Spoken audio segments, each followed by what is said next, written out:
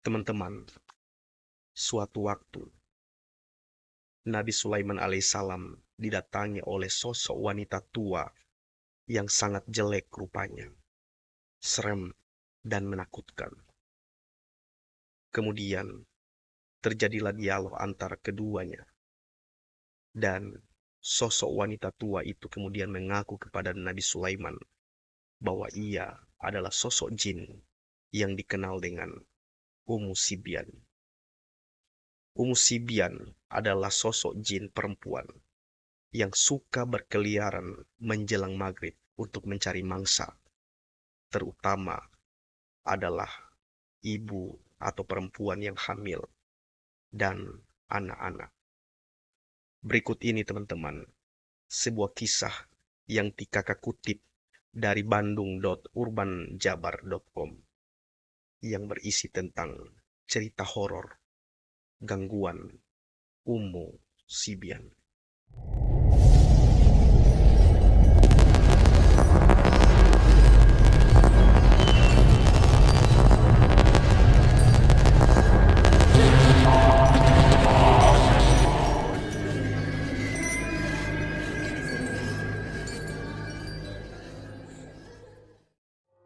Cerita horor kali ini berdasarkan pengalaman Disa, seorang ibu hamil yang diganggu oleh Ummu Sibyan.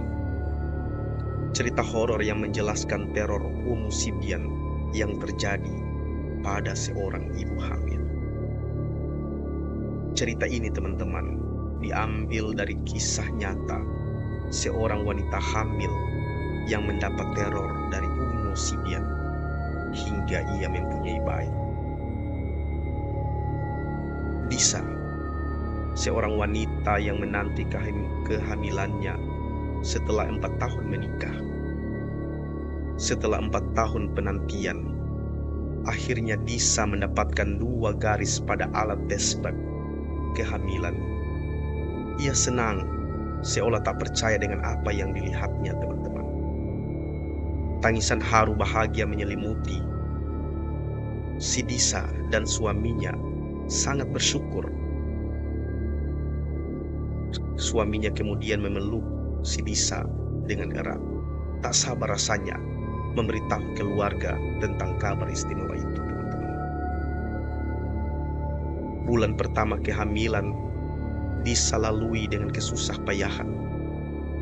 Morning sickness, pusing dan mual yang tak pernah terlewat setiap harinya. Bahkan ketika makan pun selalu ia muntahkan kembali.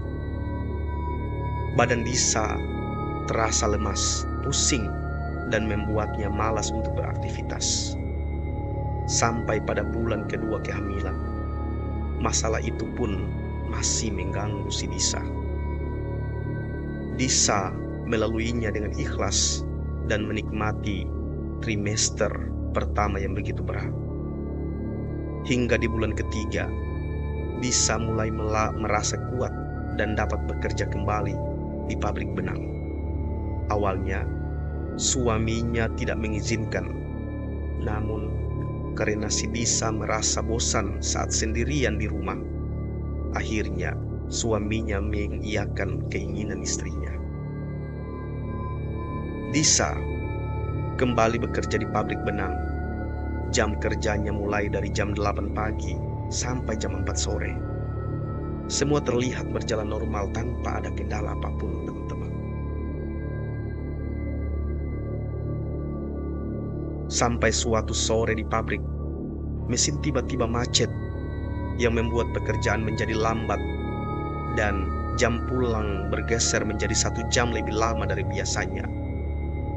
Pukul 5 sore, mereka, para buruh pabrik, baru bisa pulang.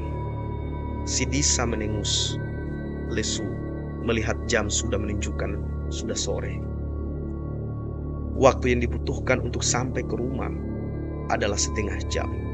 Dengan mengendarai motor metik, si Disa berusaha menjalankan motor sedikit cepat agar segera sampai ke rumah. Suasana senja yang sepi dengan lampu redup temaram ketika Disa melewati makam desa membuat bulu kuduk meremang. Tengkuk terasa dingin seperti ditiup dari belakang, teman-teman. Disa merasakan sedikit kejanggalan ketika beban motor terasa berat. Meski ia telah mencoba menekan gas lebih dalam, nyatanya motor tidak berpacu lebih cepat. Disa menoleh melihat keadaan sekitar. Tidak ada sedikit pun, tidak ada siapapun di jalanan lenggang itu, teman-teman. Suasana mendadak hening. Bahkan suara speaker masjid yang melantunkan syiran seperti tiba-tiba lenyap begitu saja. Ditambah dengan merebaknya harum bunga Kamboja yang begitu menyengat, menambah suasana menjadi mencekam, teman-teman. Dak dik duk. Kemudian Disa kaget ketika menemukan ada sosok perempuan duduk di boncengan belakang yang ia lihat dari kaca spion. Rambutnya berubah panjang menutupi wajah dengan pakaian putih lusuh. Mata Disa membelalak saat ia merasakan perutnya dicengkram dari belakang. Ia merasakan kesakitan. Ia kemudian berteriak sekuat tenaga. Kedua tangannya berkeringat dingin, teman-teman. Ia kemudian menekan kembali gas lebih cepat dan lebih dalam. Namun sepertinya ban motornya berputar cepat di tempat itu tanpa bisa melaju. Bahkan terasa seperti melayang. Pikirannya melayang.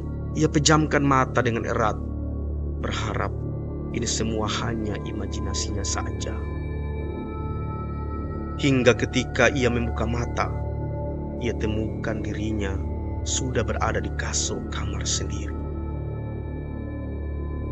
Suaminya menjadi khawatir. Kemudian menanyakan kenapa ini bisa terjadi.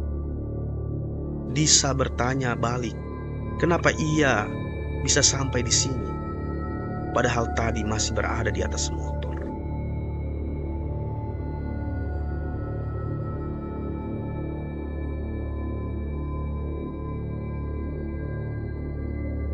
Kata suaminya, warga yang pulang dari musola sehabis maghrib menemukan ia terkapar di depan pintu makam bersama motor. Beruntung ada yang mengenali si Disa. Segera mereka menghubungi suaminya. Ia bersyukur tidak terjadi apa-apa pada istrinya, terlebih pada kandungan istrinya, bayi impian mereka. Malam harinya, teman-teman, Disa kemudian terbangun karena ingin buang air kecil. Saat itu pula ia melihat bayangan samar seseorang berada di pojok tepi kasur. Lampu kamar yang dia matikan membuat pandangan kurang fokus. Ia kemudian menggosok pelan mata agar memperjelas pandangan. Kemudian ia tersentak kaget. Ia dapati sosok wanita dengan mata satu merah melotot dan menyeringai menatap tajam kepadanya. Di kepalanya terdapat tanduk seperti kerbau. Sontak ia kemudian membangunkan suaminya. Namun teman-teman, sosok itu hilang begitu saja ketika Disa menunjukkan kepada suaminya. Suami Disa kemudian menenangkannya sembari mengusap halus punggungnya. Pagi harinya, teman-teman, suaminya menaburkan garam kasar di setiap sudut rumah. Kepercayaan ini suaminya dapatkan dari orang tuanya yang bilang bahwa hal ini mampu mencegah datangnya makhluk gaib agar tak mengganggu. Tak lupa diselingi dengan bacaan kalam ilahi untuk meminta perlindungan. Namun teman-teman, gangguan itu belum selesai, bahkan semakin intens. Hampir setiap hari Disa selalu diganggu. Dan sosok wanita yang bertanduk itu senantiasa datang, teman-teman. Pernah saat maghrib, Disa melihat sosok itu merayap seperti cicak, dengan lidah menjulur panjang, memutari dinding kamar dengan cepat. Lagi-lagi ia hilang dalam gorden ketika ia berjerit memanggil suaminya. Begitu pula dengan malam-malam selanjutnya, teman-teman. Ketika suaminya pergi ke musola, ia sedang asik memainkan ponsel di atas sofa ruang tamu. Tiba-tiba, angin berdesir lewat mengibaskan rambutnya pelan. Disa kemudian terdiam, kemudian melirikkan mata mengitari ruangan tanpa bergerak. Bagaimana bisa ada angin masuk ketika semua pintu dan jendela sudah ia tutup? Namun tiba-tiba, ia dikejutkan saat melihat ke arah jendela. Ia temukan wajah seram wanita itu lagi, teman-teman. Tangannya menempel di kaca, menimbulkan decitan suara kuku panjangnya dengan kaca.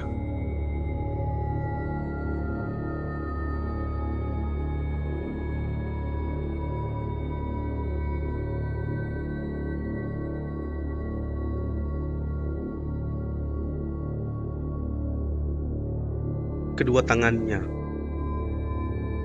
sigap menutup telinga. Tubuh Disa perlahan mundur dan meringkuk di pojok sofa dengan mata terpejam. Ia kemudian berteriak keras ketika merasakan sebuah sentuhan di tangan. "Ah!" Disa berteriak keras, teman-teman. "Disa, kamu kenapa?" Tiba-tiba saja suaminya sudah ada di depannya. Bahkan suara pintu terbuka pun tidak terdengar karena suasana yang mengerikan itu, teman-teman. Pernah ketika sore hari sepulang kerja, karena sangat lelah, ia pun tertidur tanpa membasuh tangan dan kedua kaki terlebih dahulu. Ia merasakan tubuh seperti terkunci, tak bisa digerakkan, meski raga terasa bangun, teman-teman. Bahkan, ia tidak bisa memanggil suaminya karena lidahnya terasa keluh. Perlahan ia dapati sosok itu berada tepat di atas, memeluknya dengan erat. Nafasnya tersengal keringat membasahi si Disa. Disa kemudian melawan, teman-teman. Hatinya sudah menjerit keras, tetapi tidak dengan mulutnya. Ia hanya bisa menatap pemandangan mengerikan itu, teman-teman, tanpa bisa bergerak. Hingga akhirnya suaminya, ketika makhluk itu mencengkram perut Disa, lagi-lagi sosok itu hilang begitu saja dan tidak didapati oleh suaminya ketika ia datang.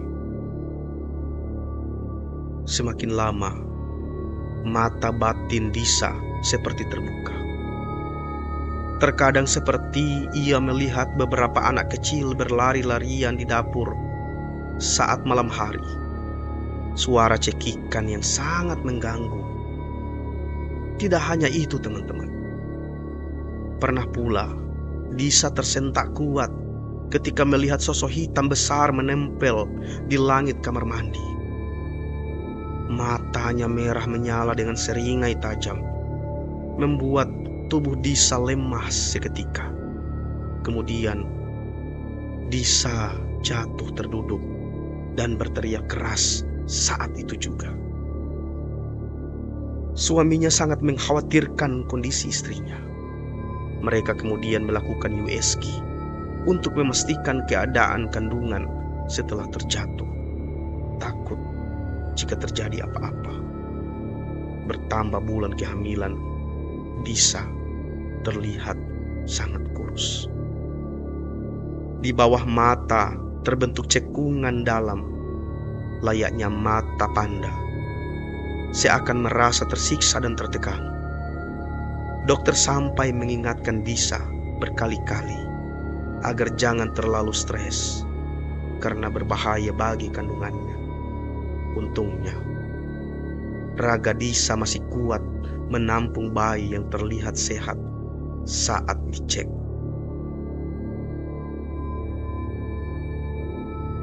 Disa selalu menangis mengeluh kesahkan semuanya pada suaminya. 3 bulan sudah, Disa selalu diteror makhluk tak kasat mata itu. Disa memutuskan untuk resign dari pabrik. Sebab kalau tak fokus dan terlihat linglung saat bekerja hingga mendapat peringatan dari atasannya. Desusan tak enak dari tetangga kembali merebak, teman-teman.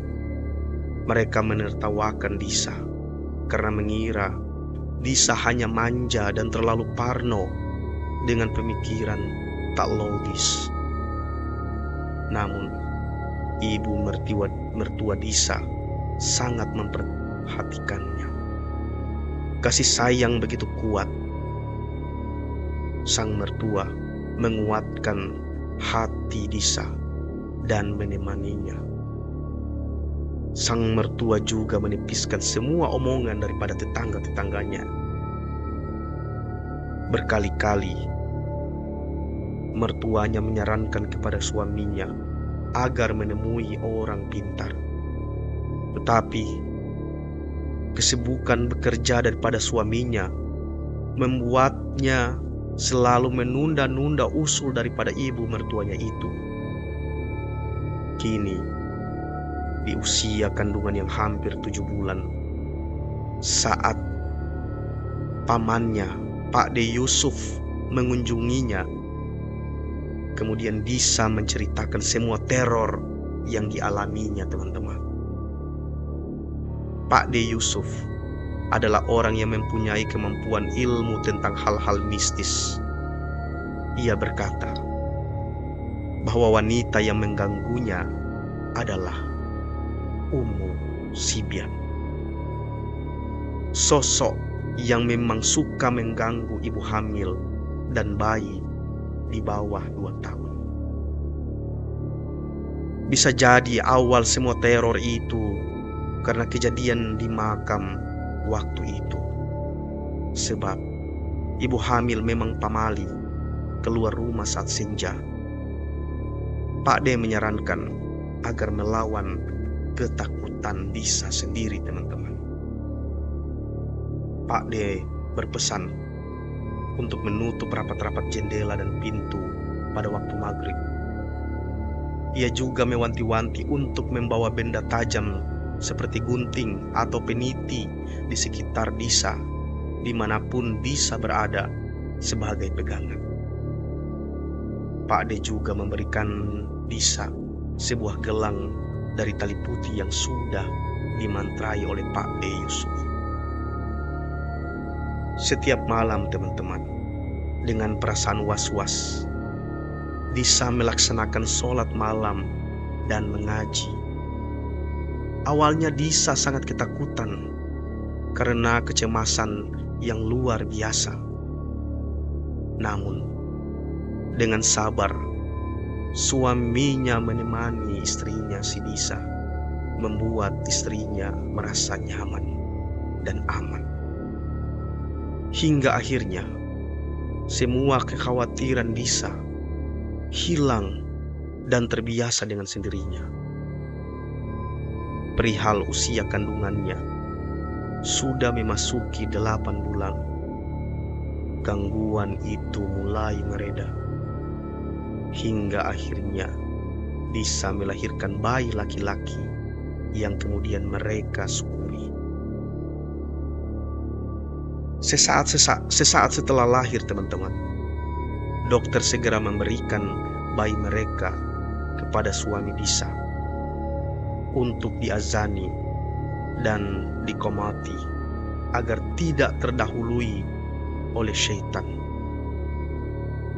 Disa begitu terharu dengan pengalaman luar biasa ini, teman-teman. Lihat Disa, dia mirip sekali denganmu, kata suami Disa kepadanya, yang membuat Disa semakin terharu, teman-teman. Nifas panjang setelah melahirkan membuat Disa tidak bisa beribadah.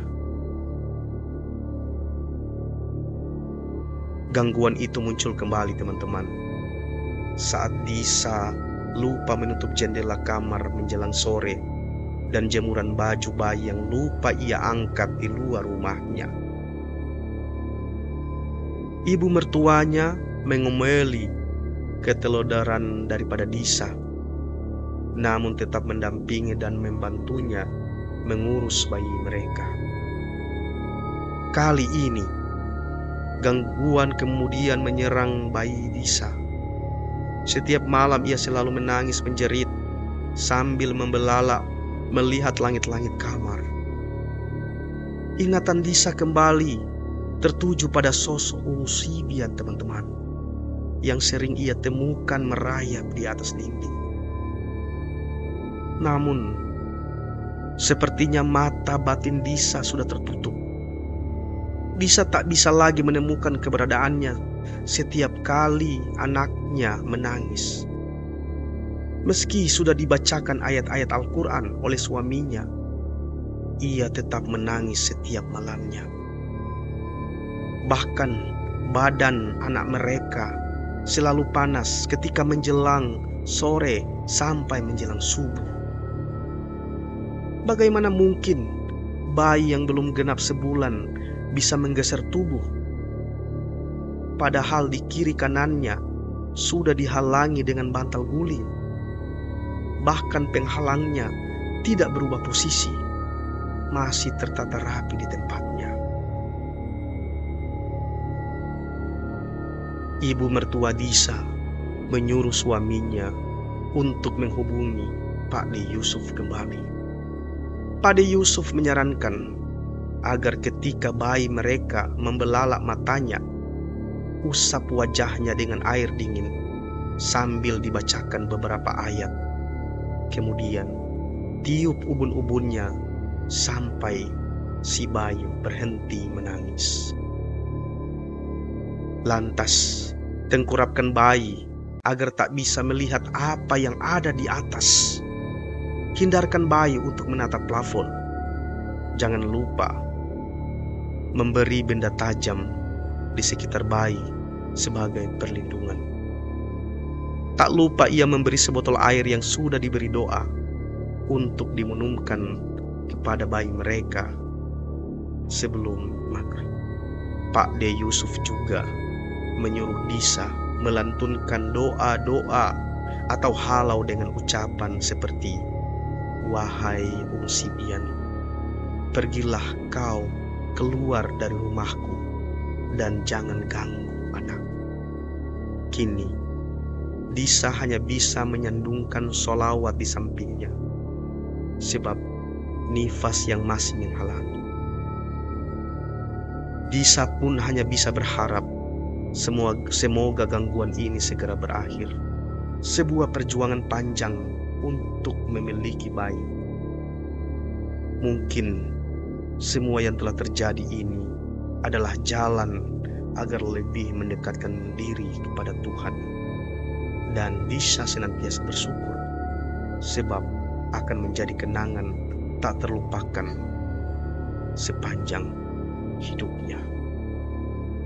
Sebuah kisah nyata dari seorang ibu muda